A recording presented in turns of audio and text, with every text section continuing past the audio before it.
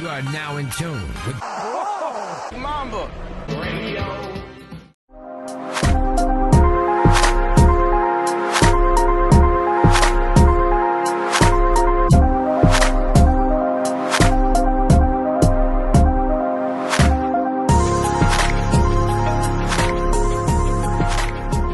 Alright, what up, everybody? Thank you for tuning into Brown Mamba Radio. For those out there who don't know, my name is Jackson, and happy Thursday. I know it's a little random, a little different. Happy Thursday to everybody out there. Happy Rusev Day, first and foremost. But yeah, again, sorry for coming at you guys a little later this week. But I was off the grid this weekend. I had a great time camping with some friends. You know what I mean? And I suggest everyone go out, experience. I just said it before, but everyone go out and experience nature for a little bit, even if it's just a day or two or something. Just get out there. No Wi-Fi.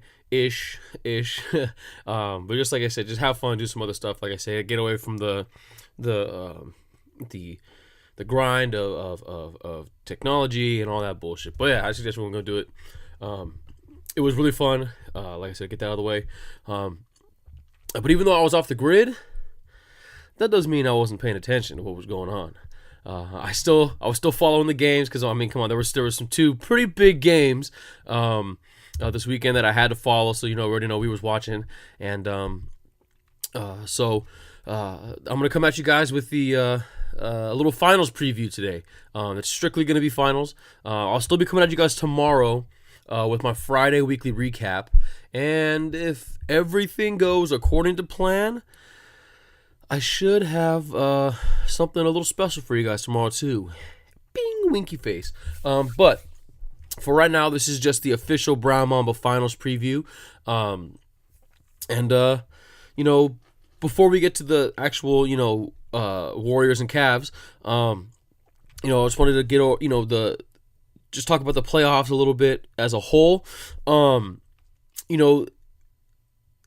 think that the Warriors and the Cavs being in the finals, again, is kind of a summation of this this whole playoffs. It's like, all right, going to the playoffs, everybody was talking about it's probably gonna be Cavs Warriors again. Those were the finals odds at the beginning of the year, all year long. In the beginning of the year, everyone thought that's how it was gonna be, like I said, it's like, oh, here we go again. But and that's how the playoffs started. Warriors dominated, Cavs dominated.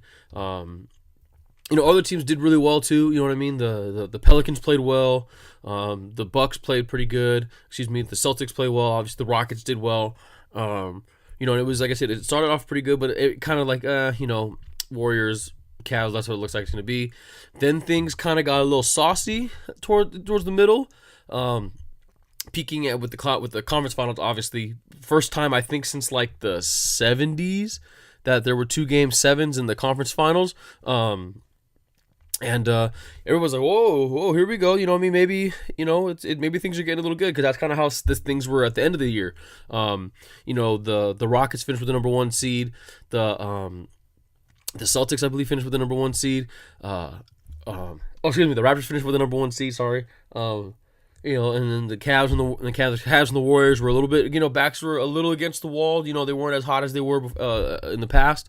And things got a little interesting. But ultimately, here we are. You got, like I said, Cavs Warriors again for the 4th year in a row.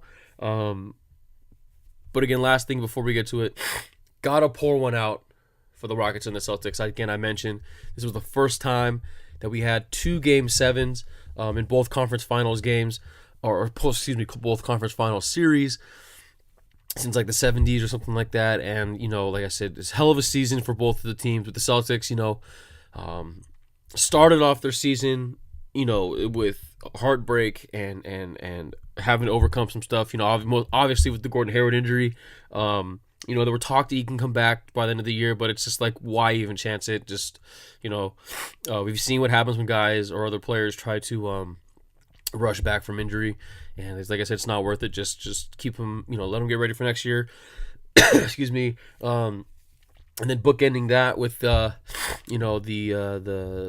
Kyrie, the unfortunate timing for Kyrie having to take the time off to address his I believe it was like the swelling or the infection that happened in his knee, the surgically repaired knee. So, like I said, just a lot of stuff for them to overcome, and which led to a completely improbable playoff run.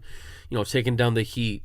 Then everyone thought, oh, it was gonna be tough. They got a chance, but it might be tough. They're down with their two best guys. Everyone steps up. They take down the Heat.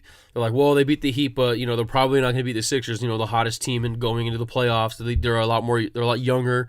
Arguably, everyone said they're a lot younger when actually in reality they are just as young as the Celtics are just as young as the Sixers. But definitely the Sixers are more talented. That's what everybody was saying, and the Celtics took them down in 6 games, and then again taking LeBron and the Cavs to 7 games. Hell of a playoff run, hell of a season for those guys. A bright future to look forward to.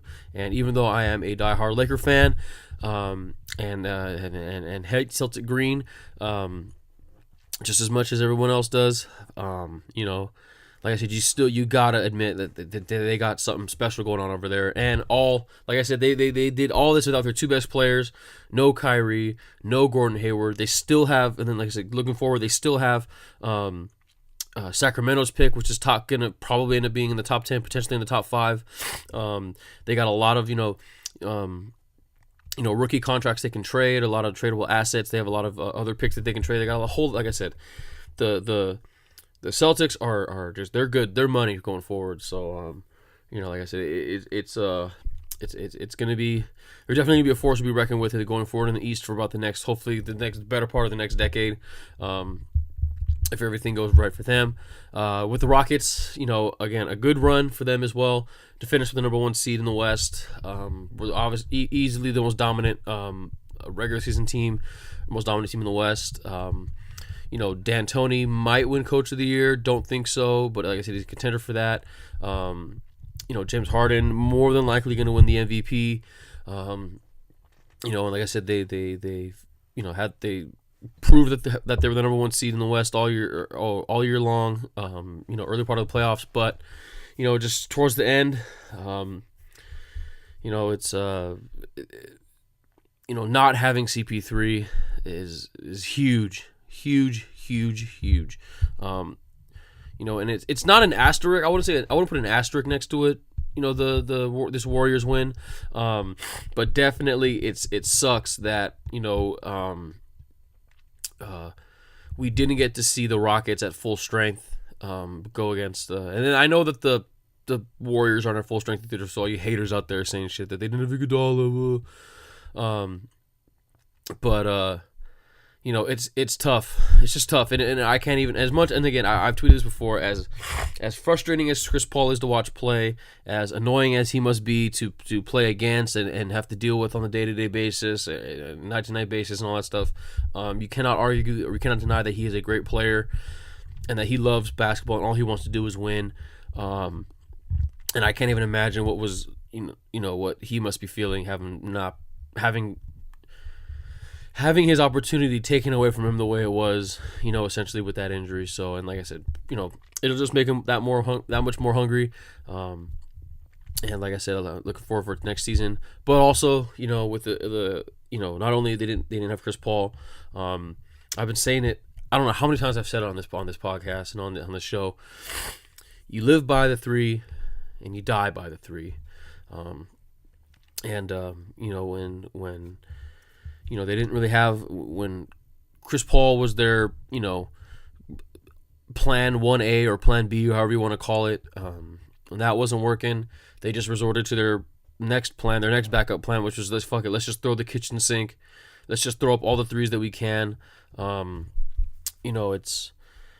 then, like I said, it worked for them for most of the year. They got to where they were, shooting 3s, drawing fouls, making free throws, and but like I said, they didn't get to the rim as much as I thought. That's just my opinion.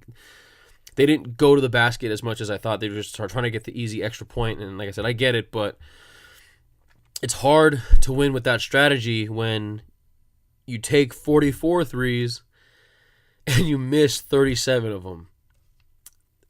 And at one point, missing 27 straight. I don't care if you're the Rockets. I don't care if you're the Warriors. I don't care if you're the Cavs. I don't care if you're a team, any team. You're not going to win with numbers like that.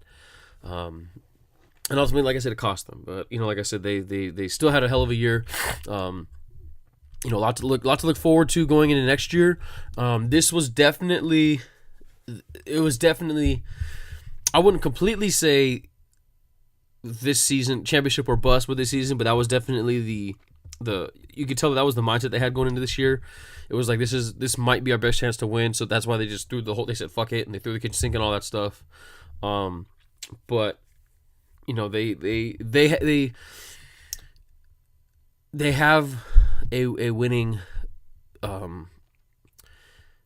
strategy. As much as, like I said, as much as people hate, myself included, as much as people hate sometimes to watch the Rockets, and the way that they've essentially figured out basketball, where they just the easiest strategy to win is getting open threes, and if you can't get an open three, which is worth 3 points, draw a foul, get 2 easy shots, and if that doesn't work, at least just try to get to the rim. You know what I mean? But getting to the rim is a combination of those two things. You can either get an easy close basket, or you can get to the line. And so, like I said, even though they figured out basketball, or even though it's not always the most fun stuff to watch, it's pretty fucking annoying to watch. Like I said, it's working. Obviously, it worked. They just ran out of gas, and literally lost their second best player. So like I said, I don't think they need to tweak their lineup that much. I just think they need to address their depth, because obviously they didn't really have, much to fall back on once Chris Paul went down. And like I said, it's not saying anyone can just replace Chris Paul, but maybe working on their depth a little bit more to help lighten the load on the minutes just a little bit going forward. But like I said, Daryl Morey's a lot smarter than I am, so like I said, I'm sure he already knows that. But yeah, like I said, again, tip of the cap to both the Rockets and the Celtics, but it is the Cavs and the Warriors again for the 4th year in a row. It's a little anticlimactic. Sure, it's a little might be maybe boring. I don't know if the ratings will be as good as the NBA would want them to be. So I'm assuming they're praying and hoping that this shit goes seven games. Don't really think it will.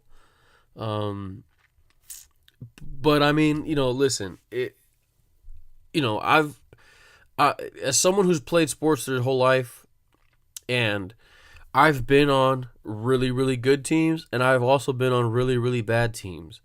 I've been on teams in tournaments where we just run through everybody, and we everyone knows we're coming to town, and they're like, oh, these guys always win. But like I said, I've been on teams where we're on the other end of that, and they're like, fuck, we got to play these guys again. And it's like, here we go. They're penciled them in for the championship and stuff. Listen, it's just, whether you like it or not, it's just the way it goes sometimes. That's just the way it goes. And, I always say it. It's like, I remember there was a big thing where it was when Tom Brady had the 50 touchdown season. It's like, oh, he can't win the MVP and Offensive Player of the Year. They got to spread it out. And I was telling everybody why. It's like, he's the MVP of the league and he's the best offensive player. Why give it to somebody else? He is the best. He did it that year. Why should you give it to someone else? Like, oh, because it's fair. It's like, it doesn't matter if it's fair. That's just what it is, And, and I would say there were a lot of other guys. There were 31 other quarterbacks out there that could have, played as well as he did, or you know what I mean? But they didn't. And, why would you? Because looking back in history, you'd look and you say, it's like, you'd look back and say, wait, how did that guy, like Tom Brady was the MVP, he set the record for most touchdowns in a season, but he didn't get Offensive Player of the Year? Like, that doesn't make any sense. So, I would always use that logic. A lot of people don't like it because, again, it's not quote-unquote fair. But, same thing goes with this. Klay Thompson talked about it. LeBron talked about it. KD did a little bit, but I mean, those guys are right. You may not like it, you know. The Warriors, you know, and the Cavs, especially with LeBron. I'm sure people are sick of seeing LeBron in the finals, but you know what? Every year, all 30 teams have the same chance of winning. And you know, and when you get to the playoffs, all 16 teams have a chance of winning. So, you know what I mean? It's everyone's got the same odds. You know, and if the and it's not like football where in one game something might go wrong. You know, it could have an injury or anything. It's you know, like baseball, like football or baseball and basketball. Usually the better teams win. In a best of 7 series, the better teams win. You know, I know a lot of people don't like how sometimes and long and drawn out it gets, but I mean, listen, at least they usually get it right. You know, it's like Clay said, or you know, or like LeBron said, you know, there's other teams that had a chance to beat the Cavs, you know, but they didn't. You know, there's teams that had a chance to beat the Warriors, but they didn't. You know, and then that's just the way it is sometimes. And Clay's right, you know. It's just like, hey man, don't get mad at the Warriors and the Cavs. They're doing the best that they're doing. They're just playing their game, you know. All the other teams gotta get better. You know, the Warriors, sure, KD handpicked himself, chose to go there. But hey, he could have went anywhere else. But you know, they won a championship without him too. So, you know, it's just like I said, and I completely agree with what those guys say. Like I said, but you know, like I said, it might not make for the best drama or parody or whatever. But hey, it is what it is, man. And this is the finals we got. 4th year in a row. More than likely, the Warriors are going to take it. Just based on the fact that you know, they're obviously a lot more of a talented overall roster. They have beaten the Cavs 2 out of the 3 times that they faced in the past. It's just kind of an odd thing, but you know, just a series of questions I got to lay out for everything. I think the Cavs can win. Obviously, again, here it's no surprise, no secret. If the supporting cast can help out, you know. I believe I just saw that Kevin Love got cleared, so that was an issue. That was a question I had, was, you know, whether or not Kevin Love's going to be healthy. I believe like I said, I saw he just got cleared to be able to play in the finals. So they need Kevin Love to play well. They're going to need Tristan Thompson to continue to play well, but they're going to need someone else every night. At least someone else has to step up, whether it's George Hill or J.R. Smith or Kyle Korver or Jordan Clarkson. In Game 7, it was Jeff Green, you know, Larry Nance. You know what I mean? Like I said, they're playing. They're getting everybody some burn. It's just they just need to go out there and be productive. And you know, it's tough considering they're, you know, that they are unexperienced, is a nice way to put it. But you know, it's hard to argue with all these other people saying that despite how bad despite how bad the 2007 team was that LeBron got to the finals, this team might just be as bad. I'm gonna pull them up right now. I don't have them in front of me, but it's it's pretty rough, man. Those teams. All right, Cleveland, LeBron James. Here, I'm gonna go by. Oh, it is. LeBron, obviously. Drew Gooden, Boobie Gibson, Sasha Pavlovich, Big Z, Zydrunas Ilgauskas, Anderson Varejao, young Anderson Varejao, who wasn't as bad as people thought. Neither was Drew Gooden. I know people, you know, maybe that remember that, or the younger people out there who don't remember. Drew Gooden was actually pretty good. Big Z was pretty good. I mean, these guys were not all-stars by any stretch of the means, but they were pretty good.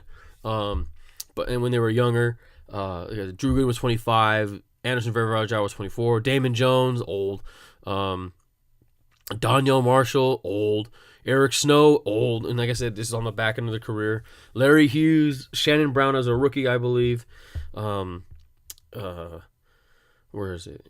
Ira Newble, don't even know, and Samurai Scott Pollard, who didn't even really play. So like I said, that is a pretty bad team. Now looking at it, but I mean, I don't know, man. This team is pretty bad too.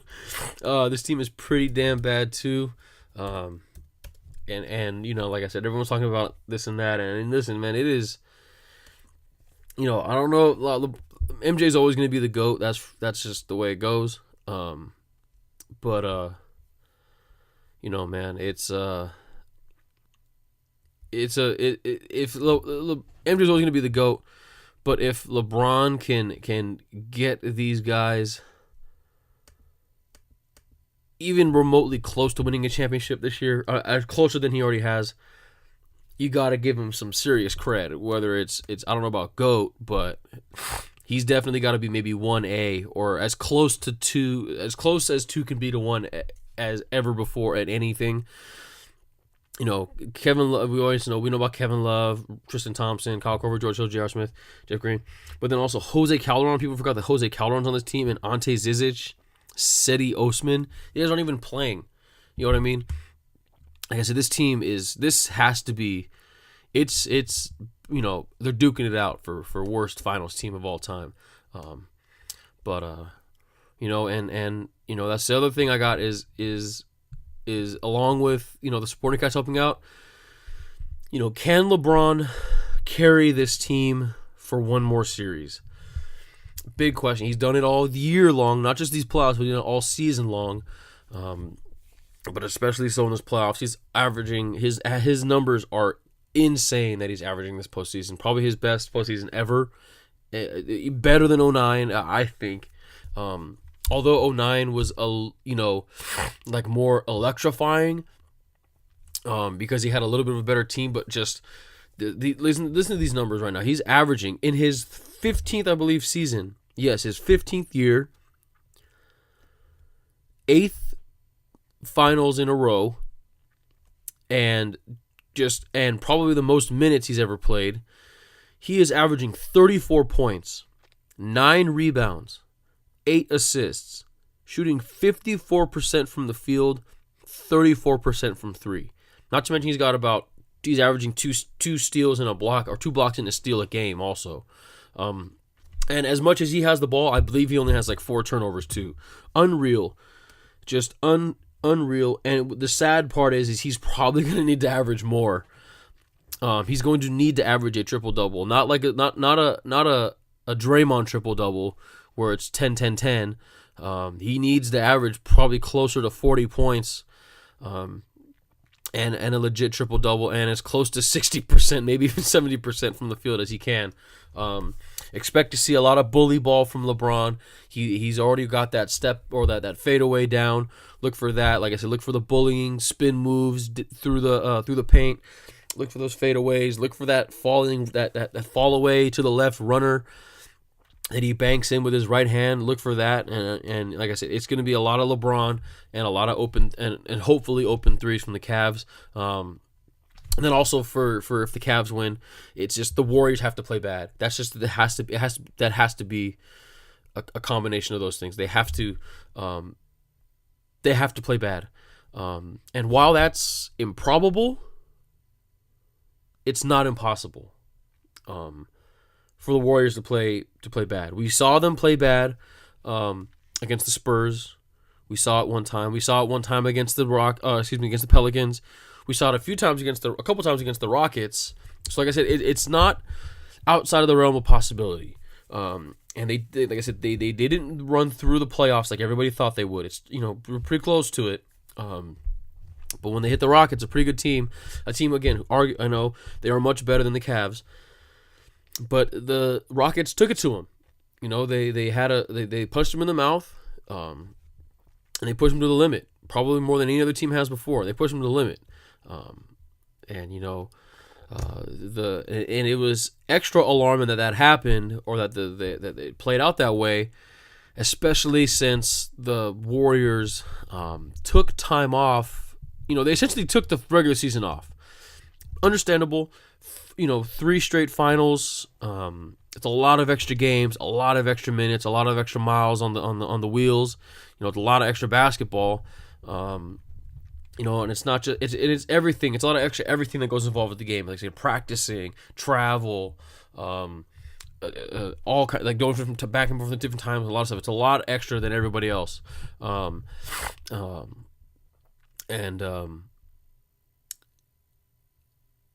so like I said, it's completely understandable that they took time off. They took the regular season to just kind of chill essentially and coast through, make sure everyone's healthy and get through and not risk anything. And they're like, listen, we'll give up the number one seed. We don't need that. We don't need the number one seed. We know we're gonna be fine going into the playoffs. As long as we're healthy, we got a better chance than everybody else with how talented we are. And that kind of proved to work a little, up until the Rockets. That worked.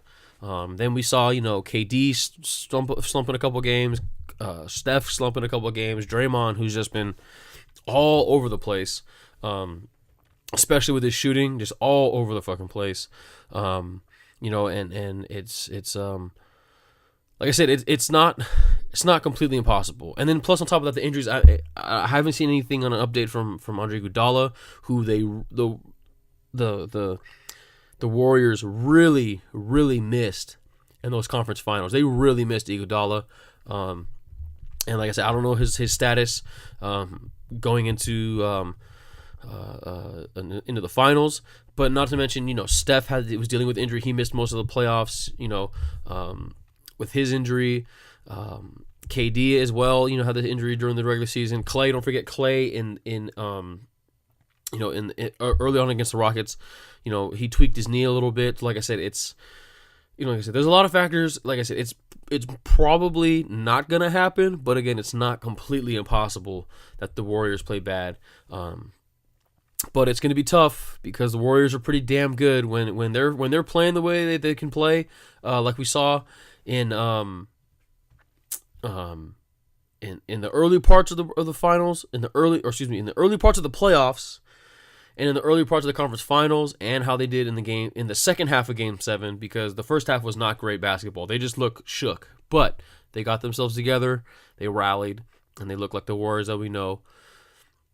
In that second half of that Game 7, when the Warriors are playing like that, they're gonna win, and that's kind of a transition into the next thing. What do the Warriors do what do the Warriors have to do? Or Warriors win if, again, they just play like the Warriors.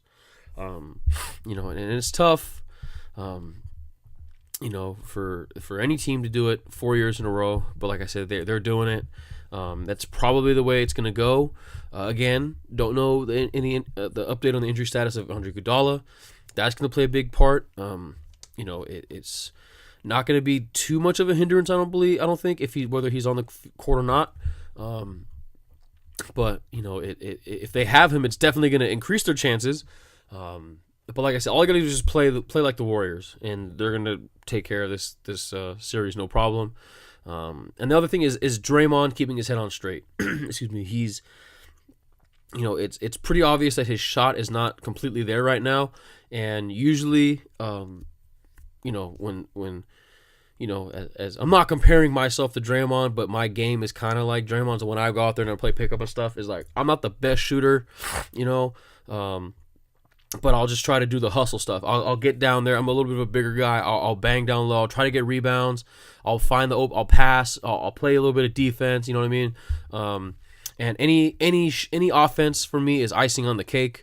But with a guy like Draymond, when he is offensively talented. There's no doubt about it. But whenever you notice, it's just like any other guy. Whenever you notice, when someone who plays as well-rounded of a game as he plays, whenever your shot's not falling, sometimes you try to make up for it by doing the other stuff a little extra hard or a little harder. And we all know how Draymond gets when he, when the competition is heating up. We saw it with the nut kicking and all the shit that he gets into. So he's going to be trying extra hard to do all these other things. A lot of banging down low, playing hard defense, fighting for loose balls, doing all that kind of stuff that usually leads to little mini altercations. And you already know that they got that the Cavs are saying, listen, we got some goons out here, some European guys who don't give a fuck, and we can throw those guys out there because they got 6 fouls to give, and they're probably not going to be playing a whole lot of minutes anyway. So we can throw those guys out there to try and get in. We can, send the goons out there to try to get in Draymond's head and maybe get him a couple technicals, an ejection or something like that. Which could really throw things for a loop. Again, especially if they don't have Iguodala, they can't afford to lose Draymond either. So, if he can keep his head on straight and, one, again, not get thrown out of games and let his emotion get the best of him, but two, as we saw in the end of Game 5, I believe. Yes, Game 5 when they lost. I mentioned it in the episode where I talked about it. Game 5, Draymond was just so hyped up and so ramped up and so over anxious in the moment that he had a stupid foul. He fumbled that ball on that last play. He tried to tip a pass. He tried to tip a rebound out when he should have grabbed it. Like stuff like that. When sometimes you get so turned up that you can't control yourself. That can happen too, and that's been happening to Draymond. So like I said, if you can just settle down and keep his head on straight, he'll be fine. The Warriors should be fine. And like I said, it's as kind of extra I'm going with the Warriors. It's pretty simple. Like I said, they just play the way they play. They look like as much as well as they looked before, but then as kind of much as they struggled against the Rockets. Like I said, the Rockets are a much better team than the Cavs, so I don't think that they should struggle as much against them. And plus, they got more guys to throw at LeBron than the Celtics do. They can throw Draymond at him. They can throw KD at him. They can throw Clay at him if they need to. They can put Jordan Bell. They got a bunch of guys they can just put on LeBron. So, it's and on the other end, the Cavs don't have a whole lot of guys that can stop KD. So we'll have to see how that goes. But speaking of winning, MVP odds. I was just very interested to see how this worked, or excuse me, not how it works. I know how it works, but what the odds were. I personally usually use Bovada whenever I like to check these things, but I couldn't find any odds on Bovada for whatever reason. So per the sports book, these are your MVP odds as of right now. This is Thursday, later in the morning, early afternoonish, if you want to call it that. KD's at 5-7, which is, you're essentially gonna kind of not really lose money, but you're just not gonna make a lot of money with that. KD's 5-7 odds. Steph is 17-10, which is roughly, if you do the math, 1.7 to 1 odds, almost 1 to 1 odds to win the Finals MVP. LeBron 6.5 to 1. Interesting there. I'll get to that. 6.5 to 1. Clay 15 to 1. Draymond Green 20 to 1. And everybody else is roughly 100 plus 1 odds. So the long, very, very, very long shots. I think the longest shot is Swaggy P at 5,000 to 1. I might put $1 on that just to see how that goes and let it ride. Hey, because anything can happen. You know what I mean? So, so it's pretty straightforward on the odds. I'm just interested to see. But the LeBron one interests me the most because I know most people are going to pick KD or Steph. That's where the money's going to go. But I don't know if it's a rule or not. I haven't seen anything where the MVP has to come from the winning team. Because if that's not the case, if there's a year where a player from the losing team could win MVP, I definitely say this is the year. Whether it's I know it's just the finals, but looking at what LeBron's done so far in this playoffs, you can assume he's going to do just about the same. And like I said, if they want to have a chance to win, he's going to have to do even more. So hard to argue that anybody on the Warriors will have a better, at least stats-wise, a better finals than LeBron, who, again, I mentioned, 34 points, 9 boards, 8 assists, almost a triple-double, and just incredible shooting numbers. LeBron at 6.5 to 1 is juicy. I might allocate some capital on that. I'm not 100% sure. And again, I have to make sure that the rules are say that that's the case. Because, like I said, I don't know if you can tell, but I think the Warriors are going to win. But listen, and people are saying, well, what do you mean putting money on the losing team? It's happened before. It happened in football, but it has happened before. in Super Bowl V, I believe, which is most famously known as the Blunder Bowl. You know, the losing team had the MVP because I think he had like 3 interceptions with a pick 6 and like a ton of tackles. But it was a defensive player on top of that. But first of all, he was on the losing team, and he was a defensive player and all that stuff. But there was nobody on that. There was nobody on the winning team that the NFL felt deserved the Super Bowl MVP. So they gave it to a guy on the losing team. And like I said, I don't know if it's a rule in the NBA where it has to go to the guy on the winning team. But if there's a chance for something like that happening, like what happened to the Blunder Bowl, this is the year. So I'm just throwing that out there. Just throwing that out there before the odds change. So yeah, it's like I mentioned it. Time for me to make my pick. I think the Warriors are gonna win. Normally I would have said a Warriors sweep. If you ask me, if the Warriors and the Cavs made the playoffs, what would you think? I'm gonna say Warriors in 5. I'm gonna say Warriors in 4. But based on again like how dominant LeBron has played, combined with how not as dominant as the Warriors have been through these playoffs, I'm going with Warriors in 5. I think that the Cavs, they're going to get some home cooking again because, conspiracy theory Mamba coming out. If David Stern was commissioner, definitely this is the case. That the Cavs would be getting some home cooking. Because again, like I mentioned it in the beginning, Warriors Cavs for the 4th year in a row. People might not be as tuned into this one. I mean, they're going to get good numbers, but not as good as they could be.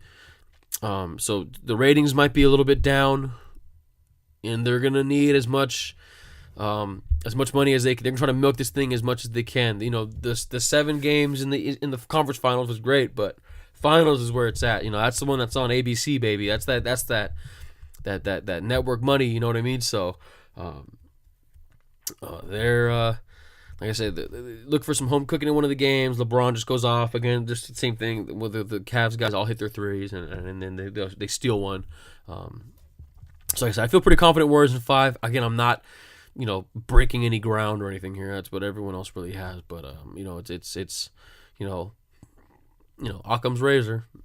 It's the easiest, most logical outcome. So. Warriors in 5. You heard it here. That's my official pick. That's what I'm going with. And then quickly, just want to throw them out there. I know it's early to talk about it, but I'm just throwing it out there. I just want to tease it a little bit for future set it up for future episodes. After the finals. But what do the Cavs and the Warriors do if they lose? What do the Cavs do if they lose? Obviously, it's a lot more simple of a question with the Cavs. It's just, where does LeBron go? If they lose in glorious fashion, that's obviously going to be the question. That's regardless of if they win or lose. That's the question that it's going to dominate this summer. Where does LeBron go? Does he go to the Lakers? Does he go to the Clippers? Maybe does he go out to LA? Does he go to the Sixers? Maybe now the Rockets. There's rumors that Chris Paul is trying to court LeBron to come down to Houston. Does he go to Houston? Does he go anywhere? Does he stay with the Cavs? That's a big thing. Why? That's the thing I think people aren't talking about enough is why doesn't he just stay with the Cavs? A lot of these guys they can get rid of. They can try to find better players to come in. Who knows? I know Cleveland isn't the best place to want to play.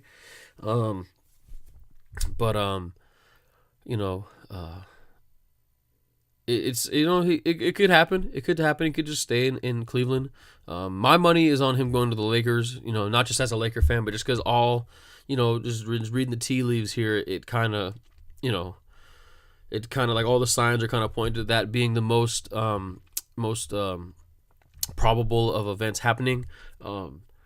But like I said, that's going to dominate everything. And then, because it's just nothing against the guys that are on that team, but that's just a cast of whatever guys. And so whatever happens to those guys is obviously not going to carry as much weight as what happens with LeBron. But with the Warriors side of things, if the Warriors lose, I teased it in the last one, I mentioned the last one. It's if the Warriors lose, I guess the biggest question is who is to blame. Now, obviously, that's circumstantial, and it depends. It's based on how the finals play out. Maybe Draymond again like loses his cool and blows a couple games because of he some technicals and gets ejected. Excuse me, gets suspended for a game or something.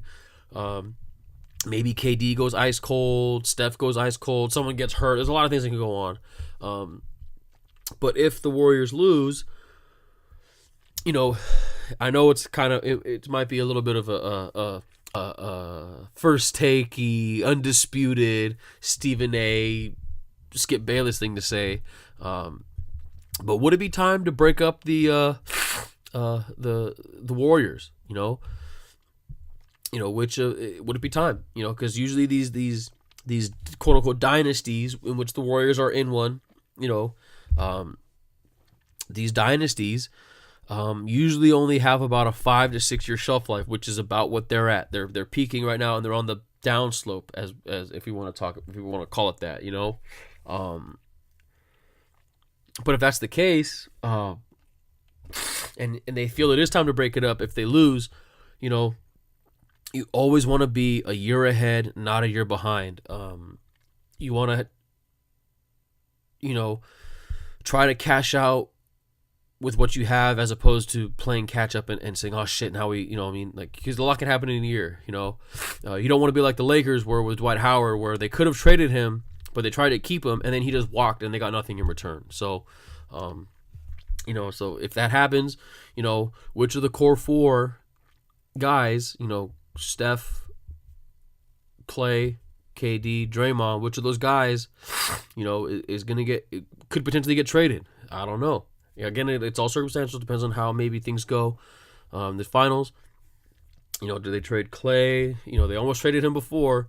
Do they trade Draymond? He thought he was going to get traded before. Like I said, there's a lot of questions there.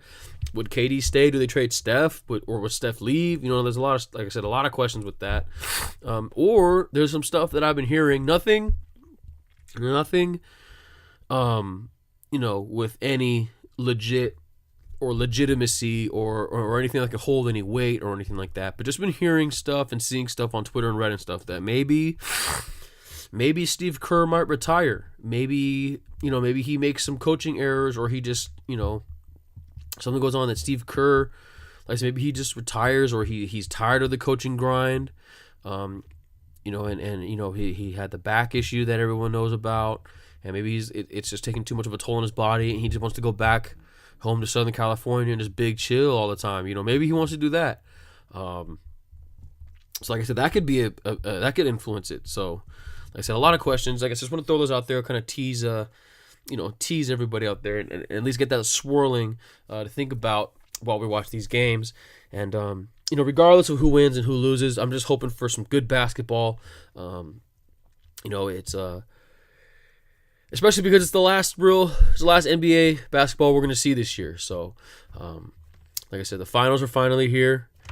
Again, it's sure it's the Warriors and the Cavs again, but again, hey, like I said, they earned it, they deserved it, and like I said, I just hope we get some good games out of it.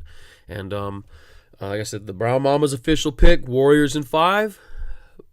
I'm thinking the MVP is going to be KD, because I don't know anyone can stop him. But remember, you heard it here first. Don't be surprised if LeBron gets MVP also. Like I said, it's been a crazy year in the NBA. Crazy things have happened before, but why not? Why not? So yeah, that's gonna do it for me today on my the Brown Mama's official NBA Finals preview. So again, like always, if you like what you heard, subscribe, like, share, comment, all that YouTuber bullshit. But mainly subscribe and subscribe. Share, as far as like tell some friends that want to listen or subscribe or whatever. And also I maybe like leave reviews or something on iTunes and shit like that. I guess that's kind of a big thing too. So like I don't go ahead and just I don't really know, but I've been hearing on podcasts I listen to, people say, hey, can you leave reviews and shit on iTunes? So that'd be cool. Leave reviews and stars and all that stuff, and wherever else they do it. On Spotify. Well, I'm trying to get on Spotify, but on SoundCloud or Stitcher, TuneIn, YouTube, all that stuff. That's where I'm also at. So subscribe everywhere or anywhere else you find Brown Mamba Radio on your whatever podcast you listen to. And also, if you want to say what's up, if you want to yell at me and tell me that I'm fucking an idiot for thinking that LeBron can win the Finals MVP if they lose, or if you want to say, hey, maybe the Warriors aren't gonna win or whatever, I don't know. But if you want to say anything to me, you can follow me on all the socials, on Twitter, Instagram, Facebook, Tumblr. I'm still tumbling a little bit. You can follow me along there as well. Brown Mamba Radio, Brown Mamba, my personal stuff, JXCKSXNNN, that's 3 N's. Follow me along there, say what's up, slide in those DMs, ladies, slide in those DMs. That's gonna be it for me today. I'll be back tomorrow, again with my regular, what happened this week episode, and again, hopefully something extra special for you guys as well. But until then, enjoy the finals tonight. Whether you're rooting for the Cavs, whether you're rooting for the Warriors, or whether you just don't really care. Like I said, hopefully you guys enjoy watching the game. I know I will. And remember, drink more water. Health is wealth. Be kind to each other. Please. It's easy to be nice. And like always, I'll catch you guys in the next one. Peace.